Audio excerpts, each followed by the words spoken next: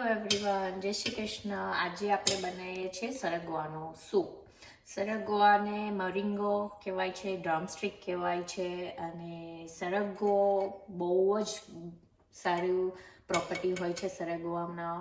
તો એમાં vitamin A, vitamin E હોય છે અને એ very nice for good health.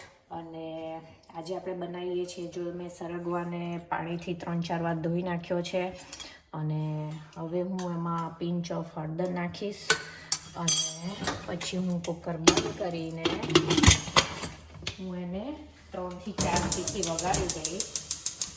અને જો હવે આપણે સરગવો બફાઈને રેડી થઈ ગયો હતો. હવે મેં એને બ્લેન્ડ કરી દીધો હતો અને આપણે એને ગાળી લીધું સરગવાને. બ્લેન્ડરથી બ્લેન્ડ કરી અને ગાળી લીધું છે. અને બતાવી હવે આપણે ગેસ ઉપર થોડી વાર માટે મૂકીશું. ગેસ ઓન કરીને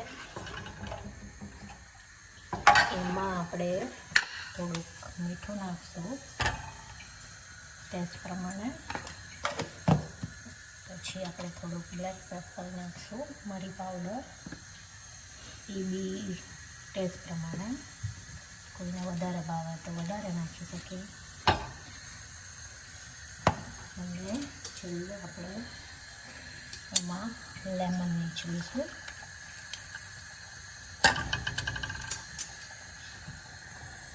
મેં એક લીંબુનો રસ નીચવ્યો છે. તમે તમારા ટેસ્ટ પ્રમાણે વધારે ઓછું કરી શકો છો. અને આને 2 મિનિટ સુધી ગરમ કરવાનું છે. અને ગરમ થાય એટલે ગરમ ગરમ પીવાનું છે. સરગવો છે ને એ ડાયાબિટીસ કંટ્રોલ માટે બહુ જ સારું છે. સરગવો તમે અઠવાડિયામાં 2-3 વાર સરગવાનું સૂપ પીવો તો બહુ જ હેલ્ધી છે. અને તમારું કોલેસ્ટ્રોલ લેવલ બી સારું કરે છે. બેડ કોલેસ્ટ્રોલને લોઅર ડાઉન કરે છે અને ગુડ કોલેસ્ટ્રોલ માટે હેલ્પ કરે છે. અને વિન્ટરમાં તમે આ સૂપ સવારમાં બ્રેકફાસ્ટમાં પણ લઈ શકો છો, લંચ ટાઈમે બી લઈ શકો છો.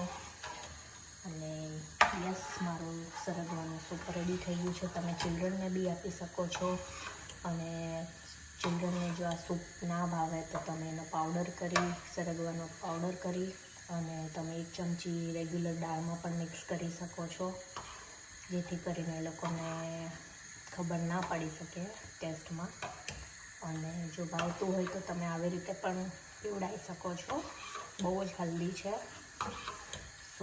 મારું સરગવાનો સૂપ રેડી છે. હવે જો ગરમા ગરમ સૂપ, સરગવાનો સૂપ રેડી.